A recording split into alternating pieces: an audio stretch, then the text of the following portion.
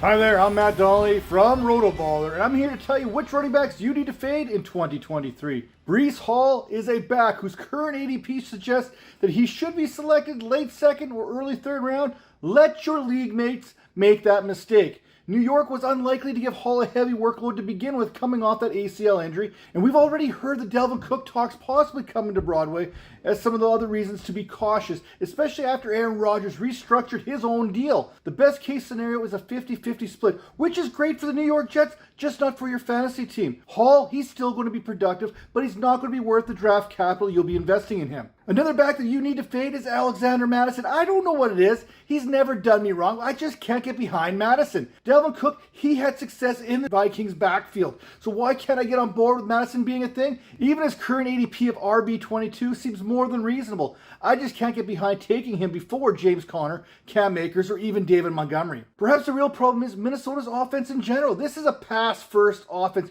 We've seen their pass rate increase every season. Back in 2021, they had a 57% pass rate. Then in 2022, that increased to 63%. With Jefferson, Hawkinson, Addison, and Osborne, I would expect that number to be closer to 66% in 2023. Now, Madison, he's a more than capable pass catcher in his own right, but he's not even the best pass catching back on this Vikings team, which could limit his ceiling to a degree. Next on the running back fade list is Kenneth Walker. Seattle, they wanted to run the ball last season, but injuries to Walker and Penny left them with Travis Homer and DJ Dallas, and you ain't running anywhere with those two guys. That said, in 2023, the Seahawks, they drafted another running back there in the second round in UCLA back Zach Charbonnet. Last season, Walker was also selected in the second round. Pete Carroll, he doesn't care about draft capital. We've already seen this play out with Rashad Penny and Chris Carson. Now, it's not saying that Walker can't be a value in the fourth round as his ADP suggests. I just can't see him being as productive as he was last season. Geno Smith, he's coming off a career year, and he's going to have the benefit of another option in the passing game in Jackson Smith and Jigba. Factor Smith and Jigba in there with Charbonnet, and those are targets and opportunities taken away from Walker. In fact, Charbonnet is just as good a runner after contact as Walker, and he adds value in the passing game, something that Walker does not. Like Breece Hall, I am fading Javonte Williams in 2023. Williams tore multiple ligaments in that knee, including his ACL and his LCL. And while reports have been positive out of Denver, I'm still skeptical. Denver believes he's going to be ready in week 1.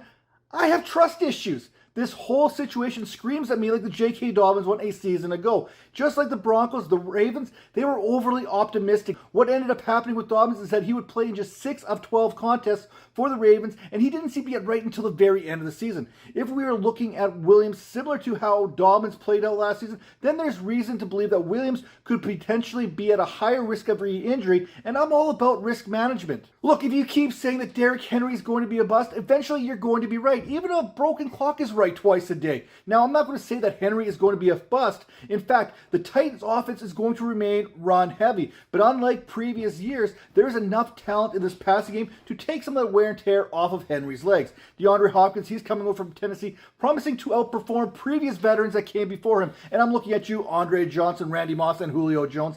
Treylon Burks, he is ready to take that second-year leap. And Chig Okonkwo is a pretty darn good tight end there as well. PFF also deemed this Titans offensive line as well quite offensive, and the loss of Tyler Lewan and Nate Davis certainly doesn't help. Now, they did add Peter Skoronski in the first round and sign Andre Dillard, but is that enough? We'll see. Historically, we have also seen a dip in fantasy production in the 8th season of running backs' careers, the season in which Henry is entering. Now, we may have already seen that dip in production as far as Henry's concerned, although most backs, they'd probably be happy averaging 4.4 yards per carry as Henry has in recent years, and that dip is coming off of 5.4 in just 2020. So to sum it all up, here are the 5 running backs I am fading once again in 2023, starting with Breece Hall. Injuries are legit. Where there's smoke, there's fire. We know that Dalvin Cook has been tied to the New York Jets.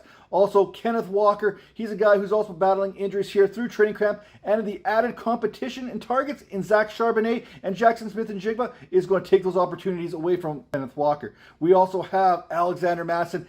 My trust issues, they know no bounds, and I can't get behind a running back who's seen a pass rate increase in their offense in each of the last 2 seasons. We also have Javonte Williams, who, like Breece Hall, is coming off of ACL injury as well as an LCL injury, which is going to be problematic, much like J.K. Dobbins a season ago. And finally, Derrick Henry, eventually, Father Time catches up to everyone. Will it be this season? Wait and see. And one last thing, make sure to hit that like and subscribe button to the RotoBaller YouTube channel for more football analysis.